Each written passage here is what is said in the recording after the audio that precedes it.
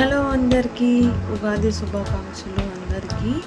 So ఈ ఉగాది పండుగ నుంచి ఈ ఇయర్ మొత్తం మీకు మీ కుటుంబానికి మీ పిల్ల పాపలకి అందరికీ మంచి చేకూరాలని మనస్ఫూర్తిగా ఆ భగవంతుని అయితే కోరుకుంటున్నాను. వన్స్ అగైన్ అందరికీ ఉగాది శుభాకాంక్షలు.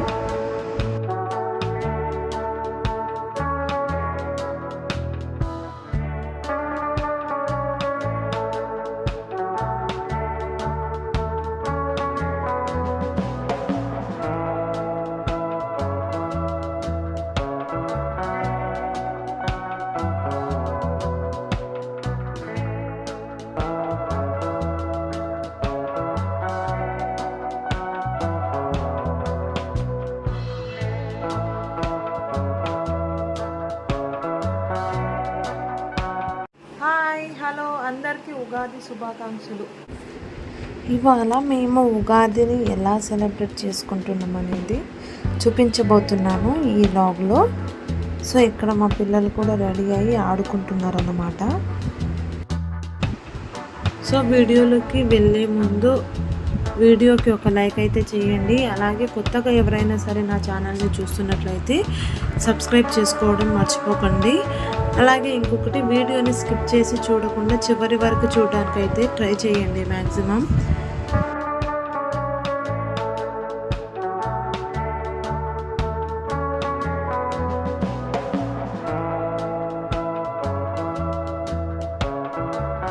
ఇక్కడ నేను గుమ్మానికి బంతిపూలు కడదామని అయితే బంతిపూలు కుచ్చుకుంటున్నాను. మా చిన్నోడు చూస్తున్నాడు పక్క నుంచి, మా మమ్మీ ఏం చేస్తుంది అని. ఇంకా ఇక్కడ మా బుజ్జి అయితే గుమ్మానికి బంతిపూలు అయితే కట్టేస్తున్నాడు అన్నమాట. మామిడి ఆకులు కట్టలేదు, అవి కొంచెం ఎండిపోయినట్టు అయినాయి, అందుకని చెప్పేసి కట్టలేదు. ఇంకా ఇక్కడ మా పాప అయితే మా ఇంటి గడపనైతే కడిగేస్తుంది అన్నమాట. అంటే ఆడపిల్ల అంటేనే ఆదిశక్తి, ఆడపిల్ల అంటేనే అందం ఐశ్వర్యం అన్నీ కాబట్టి మా ఇంటి దేవత మా మహాలక్ష్మి మా పాప కాబట్టి తన దగ్గర మా ఇంటి గడపని కొంచెం కడిపించి బొట్లయితే పెట్టిస్తున్నాను అన్నమాట. అంటే ఇవాళ మనకి తెలుగు వాళ్ళకి స్టార్ట్ అయ్యేది ఇప్పుడే కదా కొత్త సంవత్సరము. సో అందుకని చెప్పేసి మాకు ఈ ఇయర్ మొత్తం మంచిగా ఉండాలని చెప్పి మా పాప దగ్గర ఈ ప్రాసెస్ అయితే చేపిస్తున్నాను అన్నమాట. ఆ బుడ్డి చేతులతో గడపని కడిగి బొట్లు పెడుతుంటే ఎంత బాగుందో మా పాప. అసలు నిజంగా భలే క్యూట్ ఉంటుంది మా పాప కూడా. ఇంకా మా చిన్నోడు అంటారా, అస్సలు ఆగడం లేదు. వాడైతే నన్ను కూడా దించండి, నేను కూడా చేసేస్తా ఆ ప్రాసెస్ని అని ఫీల్ అవుతుండేమో వాడు లోపల. చిరాకు పడుతుంది అసలు. ఇంకా గడపకి అటు ఇటు ఒక్కొక్క ఫ్లవర్స్ పెట్టేసి దండం అయితే పెట్టుకుంటుంది అన్నమాట. ఫస్ట్లో అసలు పెట్టమంటే పెట్టలేదు, కానీ ఇప్పుడు వంగి పెట్టేస్తుంది అన్నమాట మా పాప.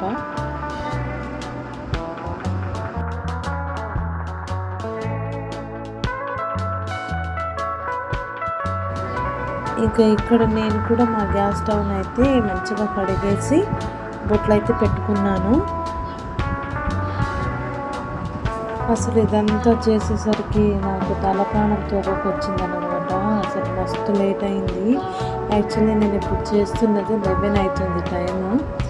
మార్నింగ్ నుంచి ఆ పని ఈ పని ఏదో ఒక పని అయిపోతూనే ఉంది. ఫుల్ టైర్డ్ అయిపోయినా అనమాట.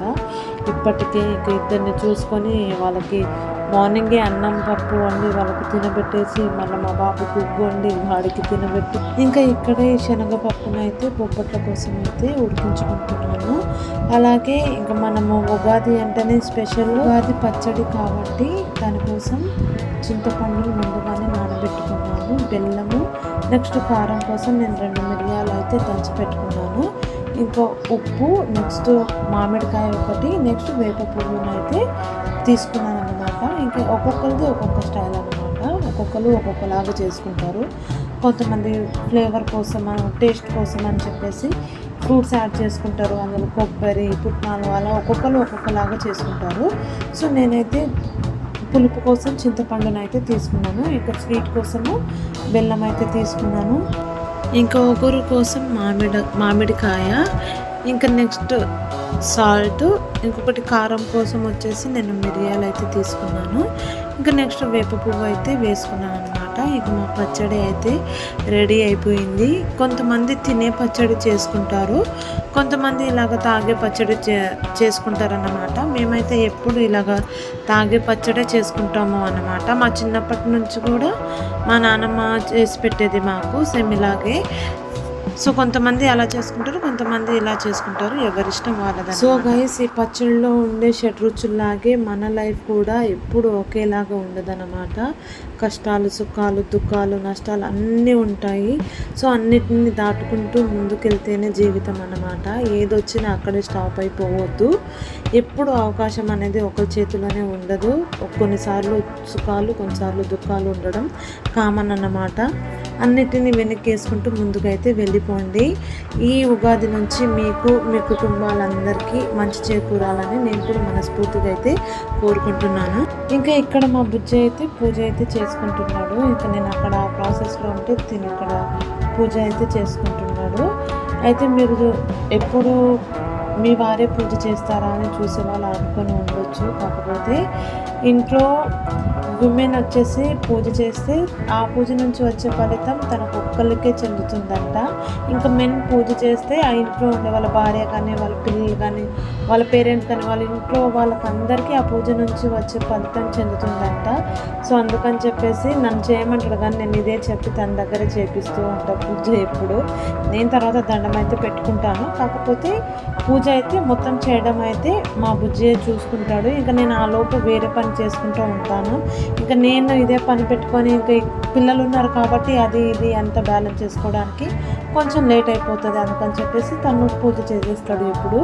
ఇంకా ఇక్కడ వచ్చేసి శనగపప్పు ఉడికింది కాబట్టి ఇంకా శనగపప్పునైతే మిక్సీకి వేసుకున్నా.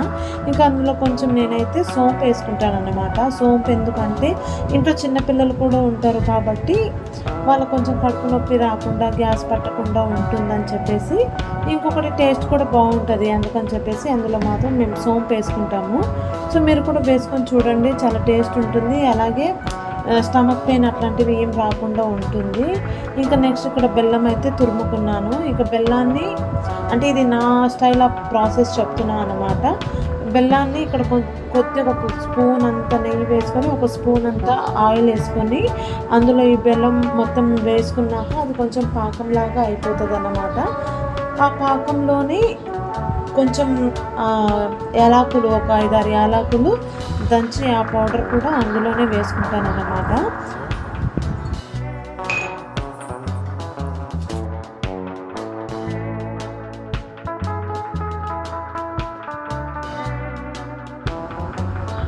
ఇక ఇందులో వాటర్ గిట్లా ఏమి వేసుకోను.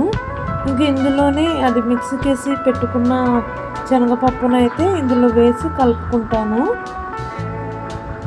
కలుపుకొని కొంచెం మనకు కొంచెం లూజ్ అట్లా అయినా కానీ కొద్దిసేపు కొంచెం స్లో ఫ్లేమ్లో పెట్టుకొని కొంచెం కలుపుతూ ఉంటే అదే దగ్గరకు అయిపోతుంది అన్నమాట. ఒకవేళ ఇంకా మీకు లూజ్గా అనిపిస్తే కొద్దిసేపు ఫ్యాన్ కింద ఆరబెట్టండి, అదే గట్టిగా అయిపోతుంది. ఆరినాక ఏం వరి అవ్వాల్సిన అవసరం అయితే లేదు. ఇంకా నేను ఇక్కడ నెక్స్ట్ అయితే పిండి ముందే కలిపి పెట్టుకున్నాను.